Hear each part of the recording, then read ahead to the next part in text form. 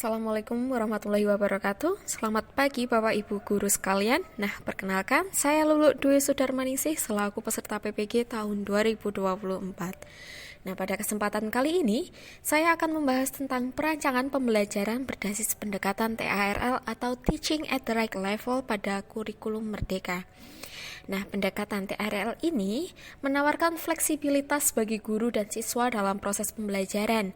Kita akan mengupas lebih dalam tentang bagaimana pendekatan ini dapat merealisasikan konsep merdeka belajar, baik dari sisi guru maupun dari siswa.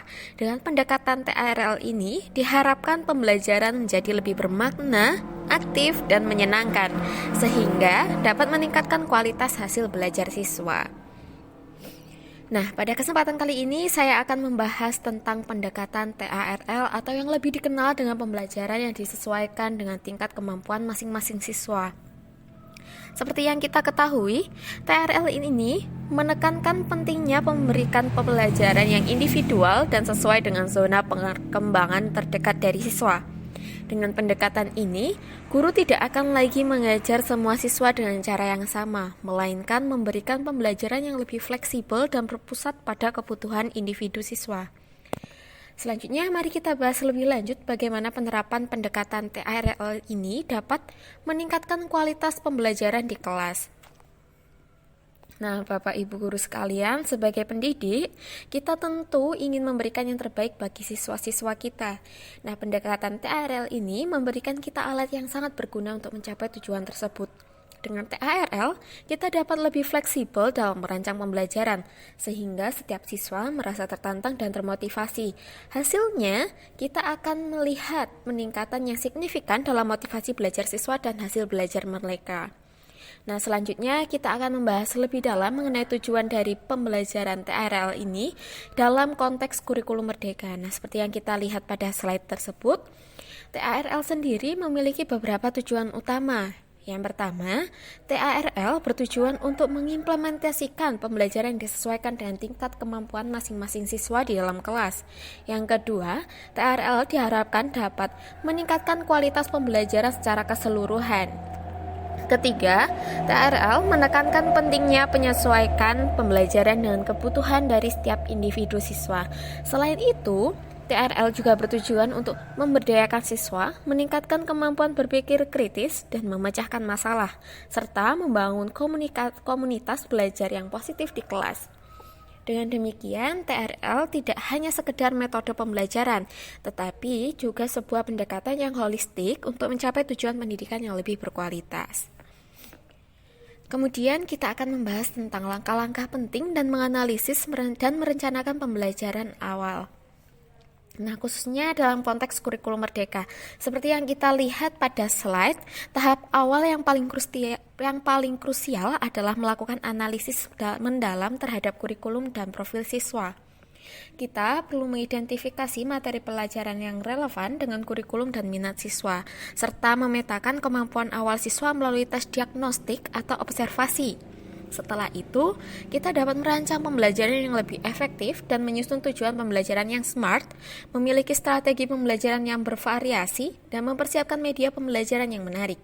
Dengan langkah-langkah ini, kita dapat menciptakan pembelajaran berpusat pada siswa dan kesesuaian dengan kebutuhan mereka. Nah, Bapak Ibu, pernahkah Anda bertanya-tanya mengapa beberapa siswa begitu antusias dalam mengikuti pelajaran tertentu, sementara siswa yang lainnya terlihat cukup kurang tertarik dengan pelajaran tersebut? Nah, jawabannya mungkin terletak pada minat mereka. Maka dari itu, untuk mengetahui minat siswa, kita dapat melakukan berbagai cara, seperti membuat survei sederhana, mengadakan diskusi kelompok, atau mengamati aktivitas sehari-hari mereka. Dengan data yang kita peroleh, kita dapat merancang pembelajaran yang sesuai dengan minat siswa, sehingga pembelajaran nanti akan menjadi lebih bermakna dan menyenangkan. Selanjutnya, kita akan membahas tentang pentingnya membentuk kelompok belajar yang heterogen dan implementasi kurikulum merdeka.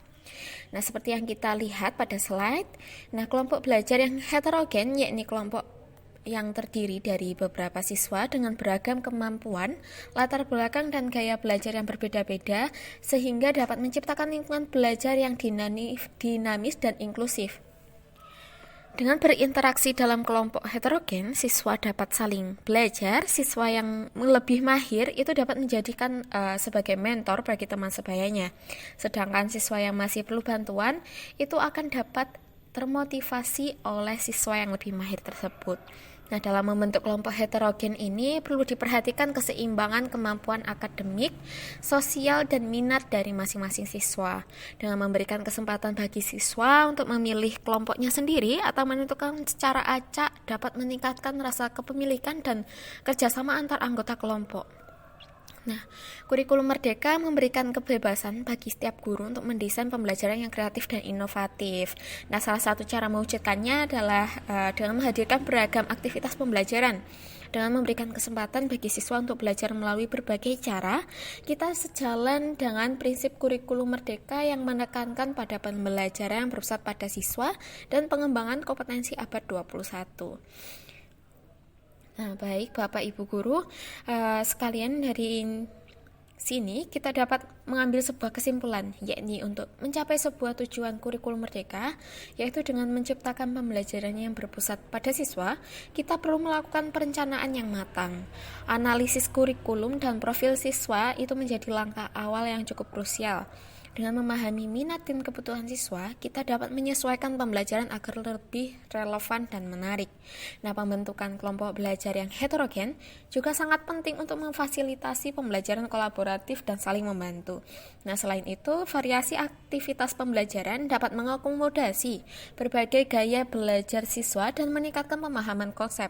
Dengan menggabungkan keempat elemen ini, yaitu analisis, personalisasi, kolaborasi, dan variasi, kita dapat menciptakan lingkungan belajar yang optimal di mana setiap siswa memiliki kesempatan untuk mencapai potensi terbaiknya. Baik, Bapak Ibu guru yang saya hormati, dengan berakhirnya dari sesi ini, saya berharap pemahaman kita terhadap kurikulum merdeka belajar semakin mendalam ya, dan mari kita sama-sama komitmen untuk menerapkan kurikulum merdeka ini dalam pembelajaran sehari-hari agar siswa kita dapat belajar dengan lebih aktif, kreatif, dan menyenangkan. Baik, sekian dari saya. Terima kasih atas waktu dan perhatiannya. Sampai berjumpa kembali. Wassalamualaikum warahmatullahi wabarakatuh.